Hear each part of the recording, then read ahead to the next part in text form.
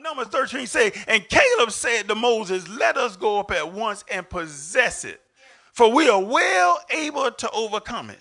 But verse 10 lets us know, but there were 10 other men that saw and went the same place he went, but their report was, we not strong enough.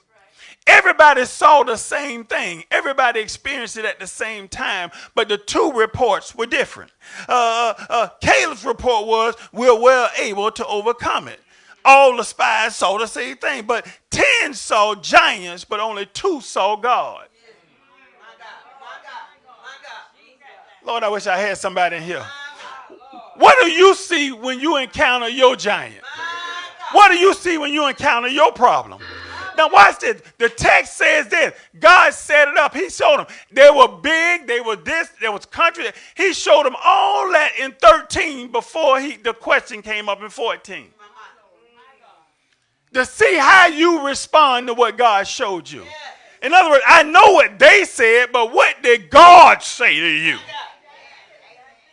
Here it is. All of them are going for the promise, but only 2 saw God in it. Some people traveling with you, they just see you. They don't see God. That's why you weight it down. And eventually they're going to get you to see what they see, and then you're going to give up on God.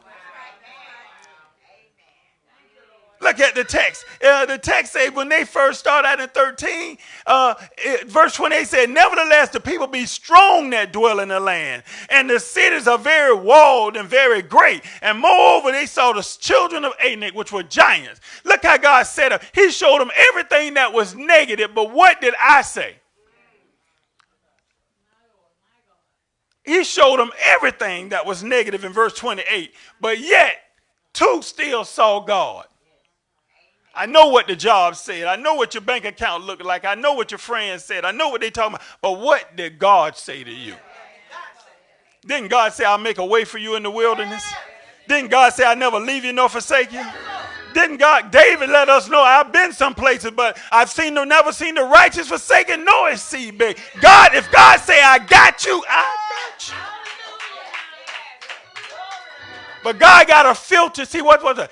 God's got to filter fear out of some of you. Because you get afraid too quick and you abandon God when you get scared.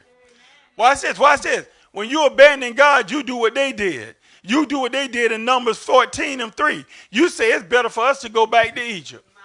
You abandon God and go back to bondage. You abandon God and go back to Tommy. You abandon God and go back to Sue. Because pressure came in your life. But the pressure didn't come to break you. It came to build you.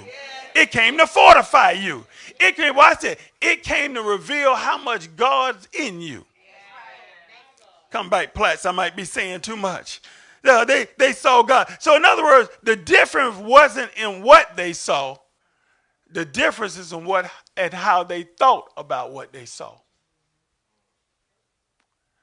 Both saw the same thing, but 2 thought about what God wanted to do and what he said he'll do. And 10 saw the same thing and got afraid and said, after all God has done, they doubted God for this. It's no way I could have walked across the Red Sea and doubted God that if he can open the ocean, this is a drop in the bucket. If he can provide food in the wilderness, this is a drop in the bucket.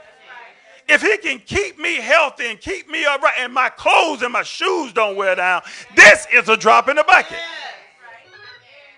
Watch this. How much God's been doing for you that you forgot?